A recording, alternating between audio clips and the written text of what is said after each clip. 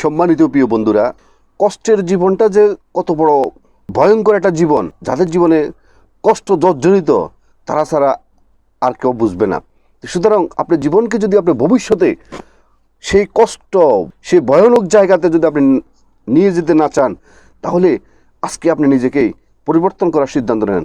আপনি হেলে খেলে সময় নষ্ট করতেছেন, খেলা দেখে সময় নষ্ট করতেছেন, রাস্তাঘাটে বন্ধুবান্ধব নিয়ে সময় নষ্ট করতেছেন, ছেলে মেয়ের সাথে প্রেম ভালোবাসা করে সময় নষ্ট করতেছেন, ক্লাবে ক্লাবে ঘুরে সময় নষ্ট করতেছেন, হোটেলে বন্ধুবান্ধব নিয়ে খেয়ে সময় কাটাচ্ছেন, কিন্তু আপনি কখনো আপনার জীবন সম্বন্ধে আপনি কখনো ভাবতেছেন না। হোয়াট ইজ লাইফ, মানে আপনার জীবনটা কি, জীবন সম্বন্ধে আপনার কোনো চিন্তা ভাবনা নেই। দেখেন ভাই, আমি আপনাদেরকে একটি কথা বলি।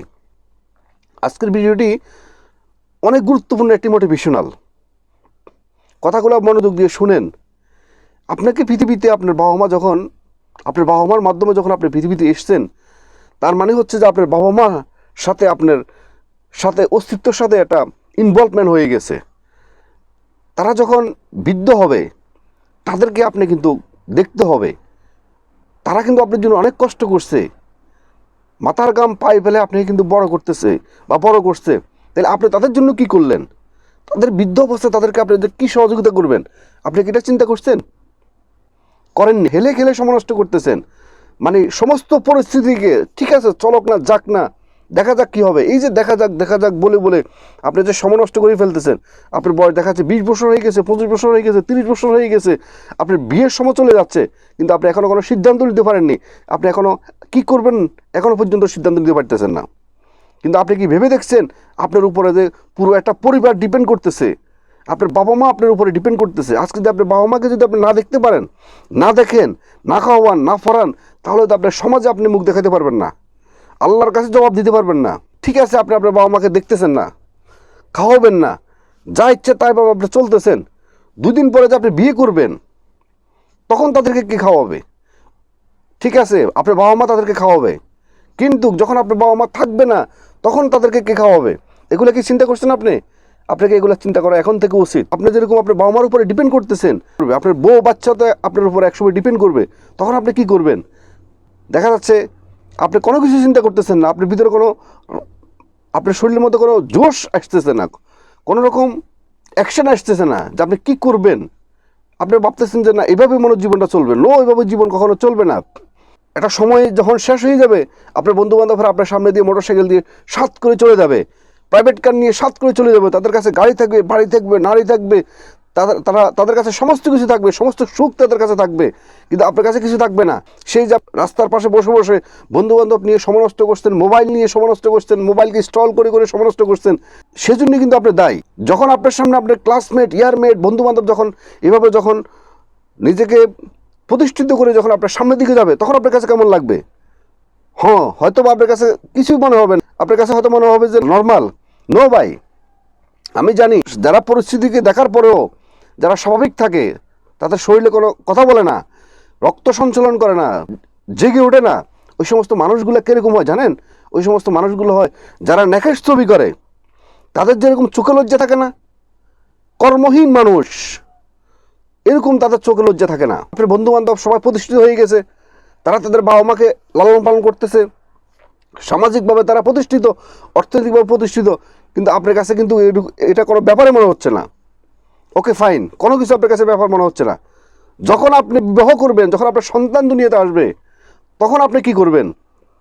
তখন তো আপনি বাধ্য হয়ে তখন আপনি মনে করবেন যে না, হ্যাঁ ঠিক আছে, আমাকে এখন কিছু করা প্রয়োজন। যখন আপনি করতে যাবেন, দেখা যাচ্ছে হয়তো আপনার শরীর আর কুলাবে না, আপনার শরীর আপনার অলস হয়ে যাব, আপনার শরীর বোরিং হয়ে যাব, আপনার শরীর আর কাজ করার জন্য সে মনোবল, সে অ্যাক্টিভ, সে মোটিভেট আপনার শরীর আর পাবে না। তাহলে তখন আপনি কি করবেন?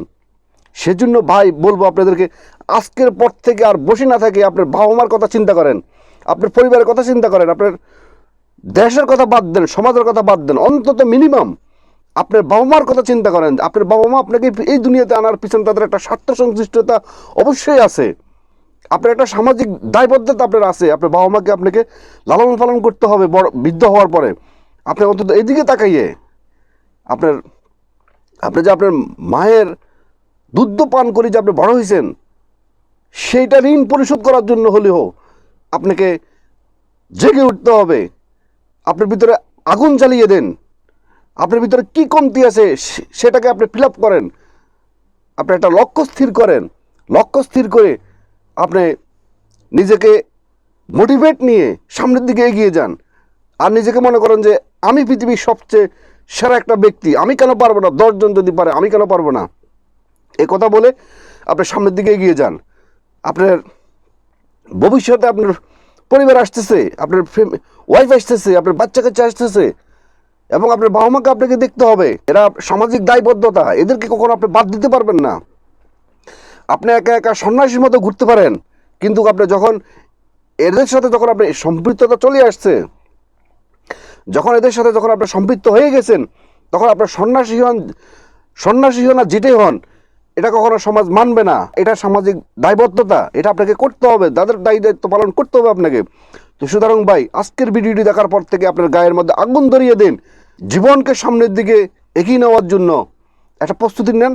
আর বসে থাকবেন না, আর কোনো ভাবাভাবির কোনো কিছু নেই, লজ্জার কিছু নেই। আজকের পর থেকে নিজেকে একটা কর্ম বের করেন এবং সেই কর্মের মধ্যে ফোকাস করেন। জীবনকে পরিবর্তন করার জন্য সিদ্ধান্ত নেন। বস, আপনার জীবনকে পরিবর্তন করার জন্য কেউ দায়িত্ব নিবে না। কেউ আসে বলবে না যে ভাই তুমি আসো, তুমি আমার চেয়ারটাতে বসো,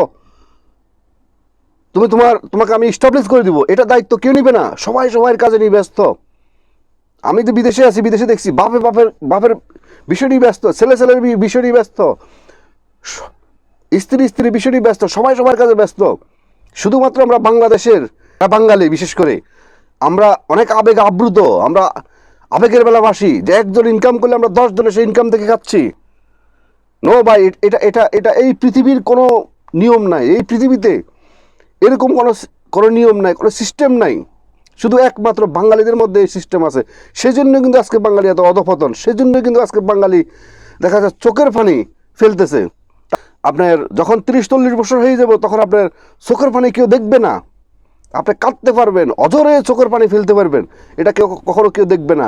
আপনাকে যেহেতু সেই চোখের পানি ফেলতে না হয়, কারো কাছে লজ্জা না ফেলতে হয়, সমাজের দায়বদ্ধতা থেকে যেহেতু আপনাকে বঞ্চিত না হইতে হয়, আজকে থেকে আপনি সিদ্ধান্ত নিজের পায়ের নিচে মাটি তৈরি করুন। এমনভাবে মাটি তৈরি করুন, সেখান থেকে শক্ত হয়ে দাঁড়িয়ে নিজেকে হুঙ্কার দিয়ে নিজের একটা লক্ষ্য স্থির করে সেই লক্ষ্যের মধ্যে আপনাকে ফোকাস করুন যে আমি জীবনে বিজয় অর্জন করব, অন্যরা পারলে আমিও পারবো।